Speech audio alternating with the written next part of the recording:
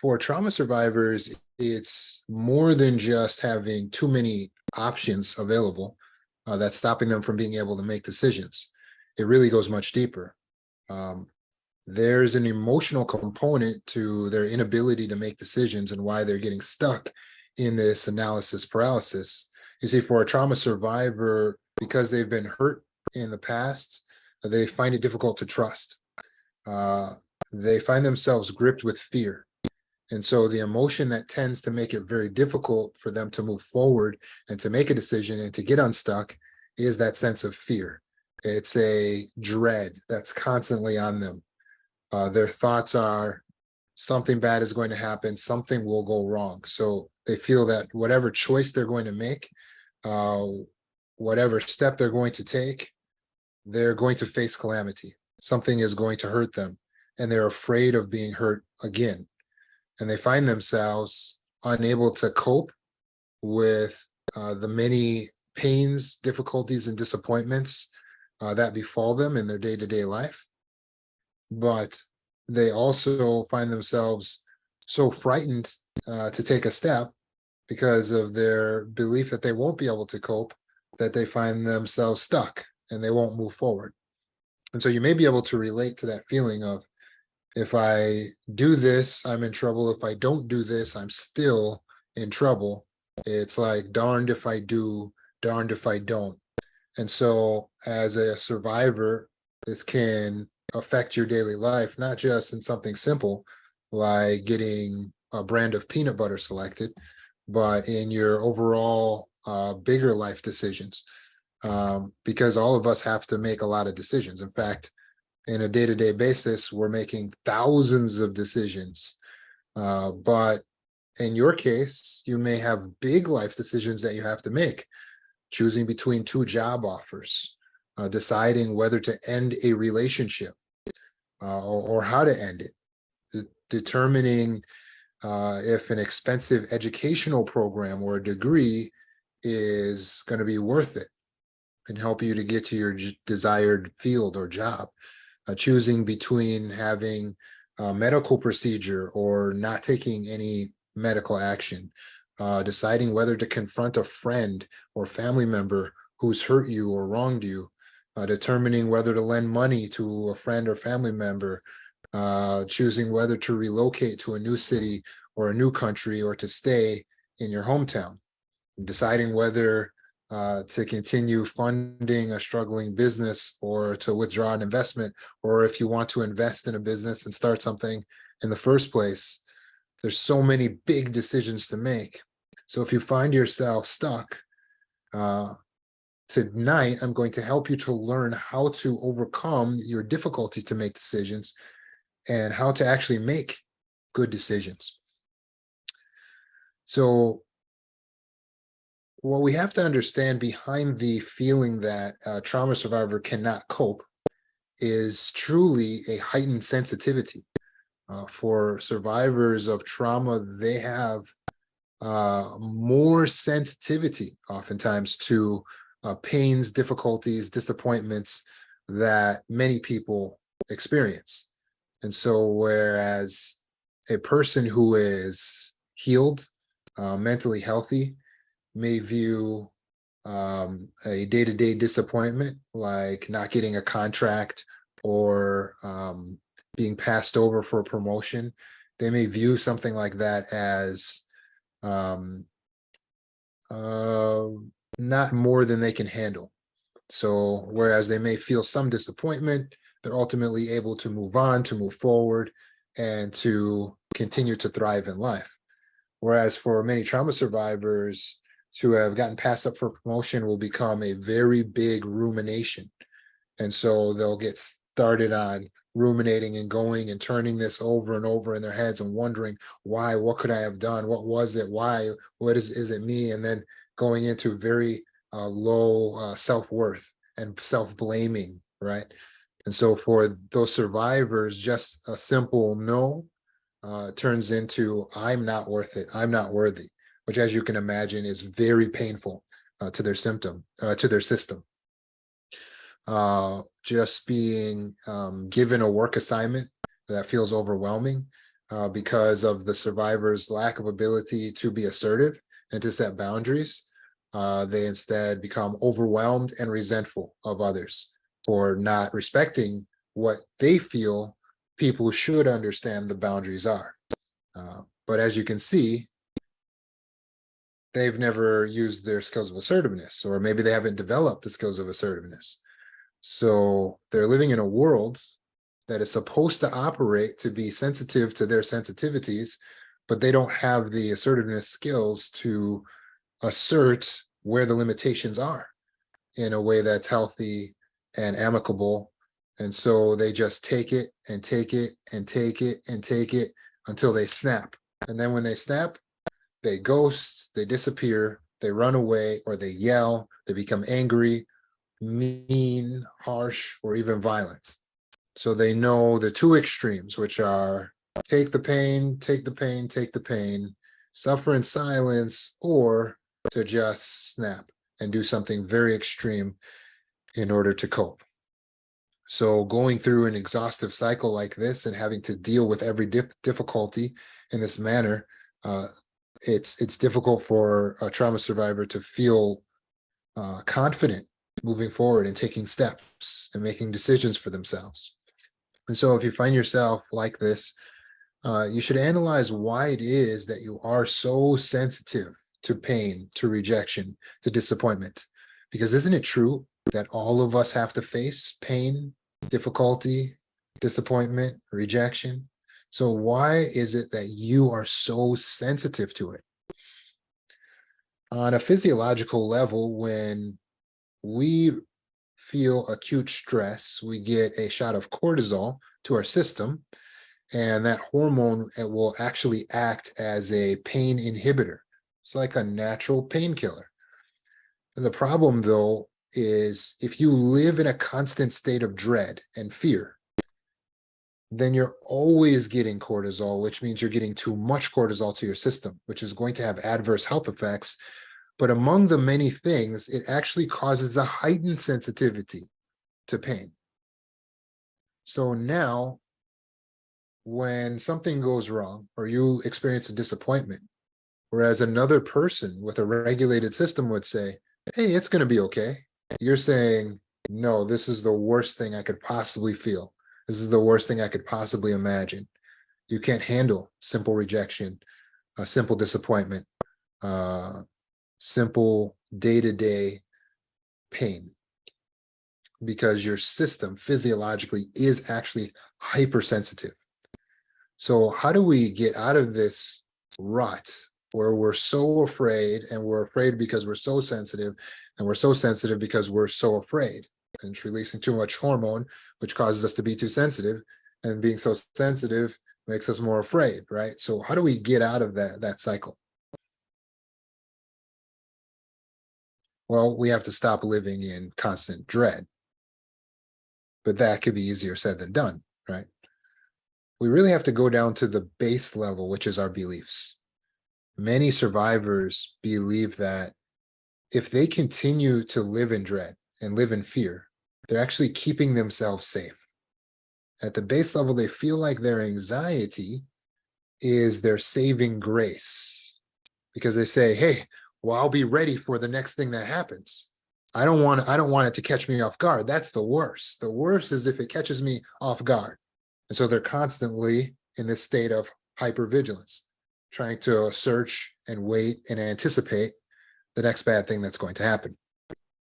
This puts them in a constant state of dread and a flood of cortisol in their system. So we need to go back to that point, that belief. Is it really better for you to stay in a heightened sense of vigilance, of dread and fear? Does it really help you to anticipate the worst at all times? Well, we know in terms of your actual system, it's not helpful to your physiological system because you're getting too much cortisol, and that cortisol is going to cause a hypersensitivity, which makes it harder to deal with the pain, which makes you more in fear, and it creates a loop. So we know it actually doesn't help in that sense, but what would be the alternative? Well, the alternative would be to not try to anticipate, the next wrong, the next pain, the next disappointment, the next rejection, to not try to protect yourself from every single possible bad scenario that's in the strains of the future time, but to enjoy the present, to live in the present moment, to appreciate the relative safety that you're in, to choose calm, and to actually close the eye, this third eye that you feel you have to all of the bad that could happen, and allow it to rest. You see, 80% of your mental energy should be placed on gratitude and analyzation so that you can drive towards your purpose. So really only about 18.5 to 20% maximum can be placed on fear, anxiety. So you're supposed to only live in 20% fear, 80% happiness and analyzation. 20% fear. Do you think you have that balance? That's the balance to strive for. But in our daily life, will it really keep us safe to not worry and be watching our back all the time? Well, the reality is that a person who stays calm, who chooses calm, who lives in the present, who lives in a state of gratitude and appreciation, who has their conscious mind, their cerebral cortex online so that they're analyzing and they're critical in their thinking, this individual can respond in a superior manner to acute stress, to difficulty, to pain, to rejection.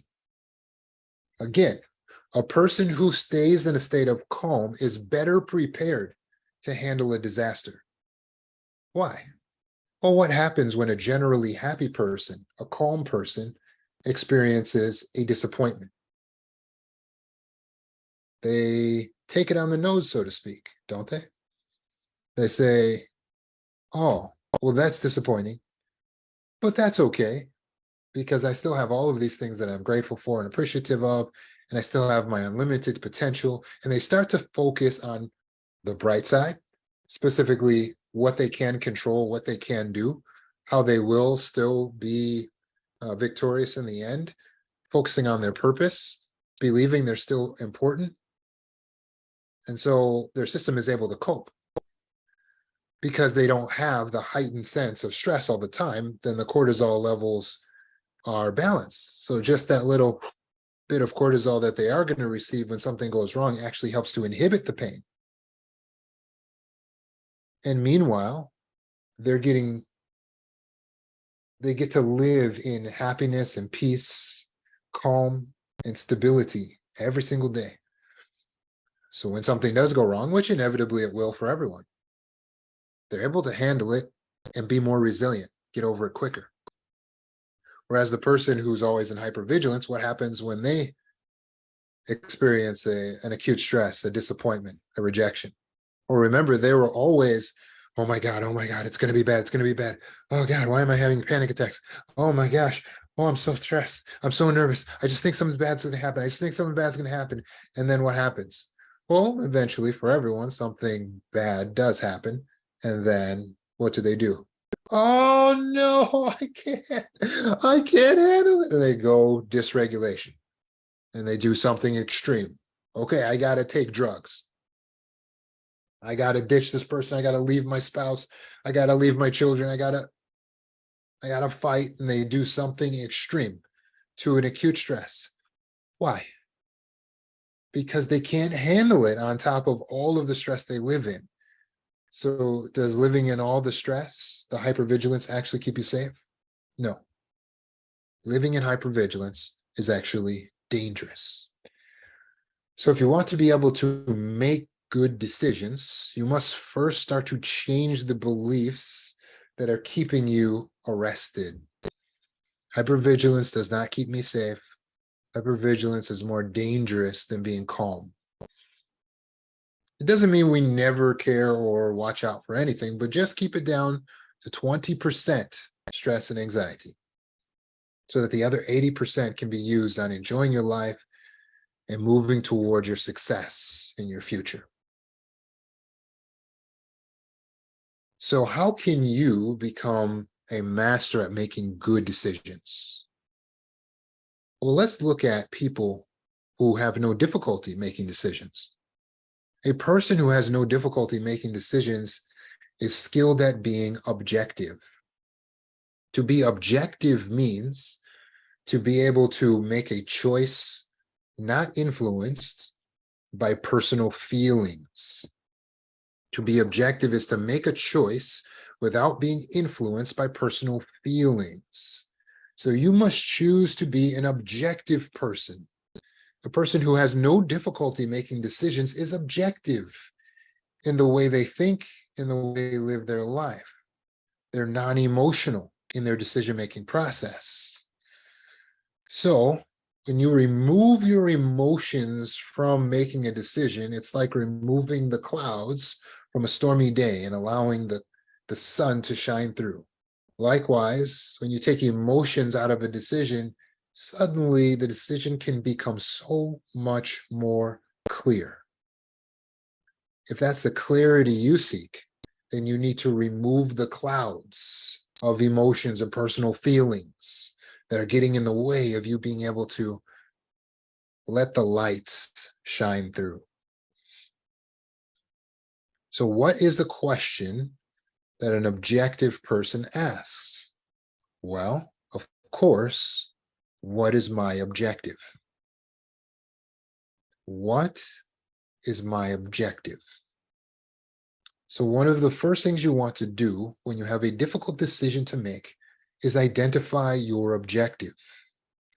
An objective is a goal, or I like to call it a purpose. A purpose is something you are striving toward, you are reaching for. It's what you ultimately hope to get to gain, what you hope will come of all of the effort and the strife that you will inevitably put in to your next several weeks or years of life. What is your objective? Meaning, what do you want? Now, at the very base, some survivors go as far as to say, Roman, I don't know what I want. To that, if you really feel that you don't know what you want, the way to find what you want is to make a decision. Which could sound ironic since this is the talk on how to make decisions. But you see, we've got ourselves in a circular pattern where when we believe we can't make decisions, then we lose sight of what we want because we don't know how to identify what we want, because we don't know how to make decisions. Your wants, your desires are ultimately your choice, your decision. You can cultivate a desire for chocolate ice cream, for vegetables. You can cultivate a want, a desire for friendship if you tend to be a loner, for more solitude if you tend to be an extrovert. You can cultivate desire. To cultivate means to nurture and grow. You can actually nurture your own desires. So why not nurture a healthy want or a healthy desire for something that will give you objective and give you purpose? So try to identify first, what is my purpose? And what we're going to do is remove the emotions from the decision-making process. It doesn't mean you're not going to feel the emotions. We want to start out with a very clear sense of where we're going and what we want to come. So that's where you start when you want to make decisions. Ask yourself, what is my objective? Now, the main emotion that tends to cloud decision-making is fear. And trauma survivors don't have a good relationship with fear. They're fearful of many things, as we mentioned, due to their past experiences. That leads them to believe that being fearful keeps them safe, which is hypervigilance. And so they're always waiting for the next calamity to strike. As a result, they're living in the amygdala, and they're keeping the cerebral cortex dim or offline. So for a person in fear, they're afraid to take action because of what the action may cause, but they're also afraid that they don't take action. For instance, if you were to get an eviction notice and you're afraid to move out of your house because you don't know where to go, but you're also afraid to stay because the sheriff is going to show up one day. We may feel this way about moving out of our parents' house, about whether or not we should move our children in. We have these ideas of decisions that need to be made, but we get stuck. So when you first take the fear and just set it aside for a moment, say, I'm going to come back to you, fear. What is my objective? What do I want ultimately? And then you may identify, I want my peace, or I want family around, or I want to have a place to live. Once you identify your objective, now it makes it easier to make a decision. Oh, well, if I stay, then I won't have a place to live for much longer. So I need to start looking now for a new place. Or if I want my peace, then if I stay with my abusive parents, then I won't have peace. So I need to start looking for a new place. Or if I want peace, and that's my objective, then moving my child in will not help me with peace because my child's not a peaceful person. Or if it's just about having family around, then moving my child in would help me to meet my objective. You see, by identifying the objective first, it starts to create clarity. Next, we can consult with the fear. To have a proper relationship with fear, please understand fear is there to protect you, yes, but you can't allow it to prevent you from achieving your objective. The objective, the goal, the purpose is king. So fear is there to protect you, but you cannot allow it to prevent you, to paralyze you from being able to move forward and reach your objective. Does that make sense? So now in this next step, you will consult with the fear because the fear is one of your emotions. Your emotions are secretaries, they're employees. We've in the past talked about fear as being a bodyguard to the self. If you have a private security guard, it's someone you would listen to, but not someone you would obey as your boss. A private security guard is not your boss. He works for you, but he will advise you, and that's what your fear does. It advises you and it says, well, watch out for this, and I'm worried about that, and this is not good, and that could be helpful, right? So consult it, but just keep it down to 20%, 18.5 to be exact, should be this fear analysis. The other 82% needs to be what? Gratitude and moving towards your purpose, conscious analysis and critical thinking. So we don't allow the fear to stop us. We don't allow the fear to paralyze us. You want to take out a pen or a pencil and a piece of paper, and you're going to write down first your objective. Then it helps to split your decision into two main options. Two main options. So I like to draw a line down the center, but that doesn't matter how you do it, because sometimes we're just taking notes on our phone. But you want to write down these two main options. Now, in many decisions, what can be confusing is there's a lot of different choices. Well, I could move in with my cousin, or I could move in, or I could stay here with my mom, or I could call my friends, and I don't know what to do. Try to take things down to two options at a time. Choose between the best option and then move on to two new options. The reason is because we make decisions better when there's less options on the table. Remember the peanut butter? With so many brands of peanut butter, this is why we stand there for 10 minutes trying to figure out which peanut butter jar we should pay the $5 for. If you only had two options of peanut butter, crunchy and creamy, it would be easier, wouldn't it? And so we try to break down the decision-making process to become binary, meaning one or the other, two options, this or that. And now how will we choose between which of these two options we want to select? Let's start with prioritization. What is prioritization? It's the ability to identify which choice is more imperative, is more pressing, is more important. So you'll have to prioritize, because with prioritization, you may find that the answer to the question is not the same every day. You see, if you go to the gym every day, but today you have to pick up a child from school at the same time you would normally go to the gym, Just because you normally go to the gym doesn't mean it's always going to be the best option, because we need to prioritize. Today, it's more important to pick up the child. And so with prioritization, it becomes more apparent which of the two options we should choose. Does that make sense? So utilize prioritization. So now we've identified a clear sense of our objective, what we really want, where we're trying to go. And then we've set the fear aside. We're going to consult with the fear as one of our employees. And we're going to break down our decision into two distinct options. And we're going to choose the bigger priority, or analyze which one is a higher priority of the two options. Next, it will be good to make a list. And what kind of list would we want to make? You want to list the pros and cons of each of these options. This helps you to really identify deep down, what is it that's making it so difficult to choose? Should I leave this job, or should I stay at this job? Should I reach out for a new job opportunity, or should I stay here? Now, as you start to list the pros and cons of each decision, it uncovers your true heart and what you're really feeling and thinking and what's important to you. It brings it to conscious awareness, whereas you might not have realized. So take the time to make the list. Well, some of the pros of staying in this job, for instance, are that I know everyone here. I'm comfortable. I don't feel afraid. I know what this has to offer.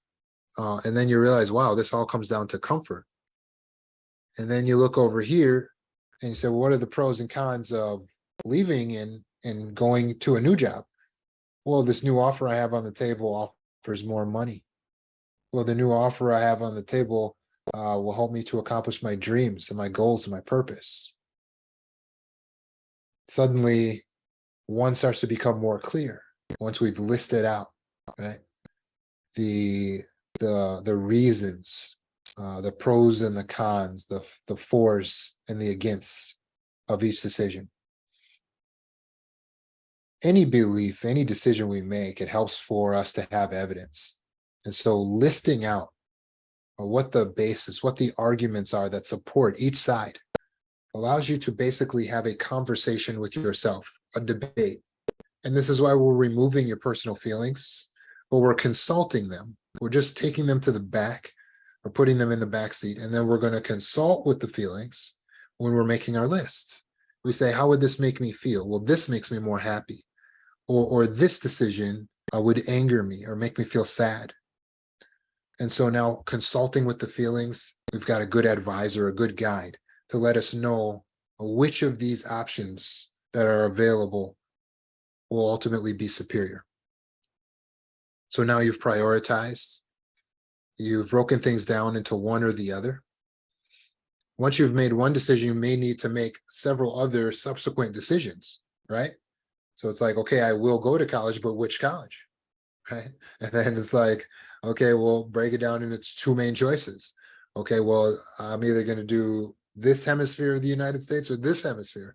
Okay, well, I'm going to do the East. Well, what are the school options there? And we have to keep breaking down, right? But see how this is organized. So we start out by going binary, creating two main options, and then we go and start hitting the subcategories once we've made the first decision on which of the two options to go with. Hopefully this discussion is helpful to you in this concept of being able to make decisions. So many wonder, well, if I'm feeling dysregulated, then how am I supposed to be able to do all this and think and analyze if my conscious mind is offline? So please understand, all of us can relate and empathize with feeling like you can't make a decision because you're too dysregulated, as it were. But it is your responsibility to calm yourself sufficiently to be able to do the work involved in making good decisions. It won't be a worthy excuse, so to speak, to say, well, I made bad decisions in my life, but that's because I'm dysregulated, or that's because I have a disorder, or that's because I have trauma. you have a responsibility to care for the self. Just like if you were caring for a child, you would be responsible, you would be thoughtful, you would analyze, and you would try to make the best decision in the best interest of that child. That's all we're asking you do for yourself. Don't stay in relationships that are going to be harmful to you. That's not good decision making. Don't stay at jobs that are going to drain you. That's not good decision making. Don't stay living with your family of origin, your parents, when they're abusive to you. That's not good decision making, because you're not stepping up to take care of yourself the way you would take care of another person. Do we really have to take out a pen or pencil every time we have a decision to make? Yes. Even for some of the smaller decisions, it might seem silly to you. Like, should I go to a party tonight? Absolutely. Take out the pen, take out the pencil, journal it out, make it binary. Select which of the two is higher priority, more aligned with your goals and purposes. Put the pros and cons of each. Weigh it out. Will it always become easy? Not always. Sometimes you'll find that you have to create a blend, a compromise of the two binary decisions. For instance, imagine a person is deciding whether or not to have children. And they say, well, I've always wanted to have a family on one side, so one decision is no, or yes to have children, the other decision is no. They say for yes, I've always wanted to have a family. They say for no, I don't want to bring another person in the world and keep the potential cycle of trauma and abuse going.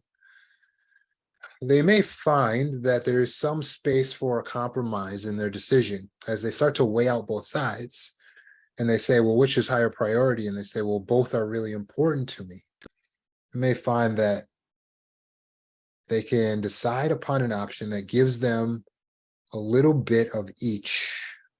So they may say, for instance, I would like to adopt because that allows me to have a family, but then I'm not bringing another person into the world. So really analyze consciously and be objective and critical about what you're writing down and what you're coming up with in this process. As a result, you'll be able to make decisions calmly, objectively, and it will become easier for you to reap the rewards and the benefits of making good decisions in your life, which are pride, happiness, prosperity, and a feeling of being connected to yourself and your fellow man.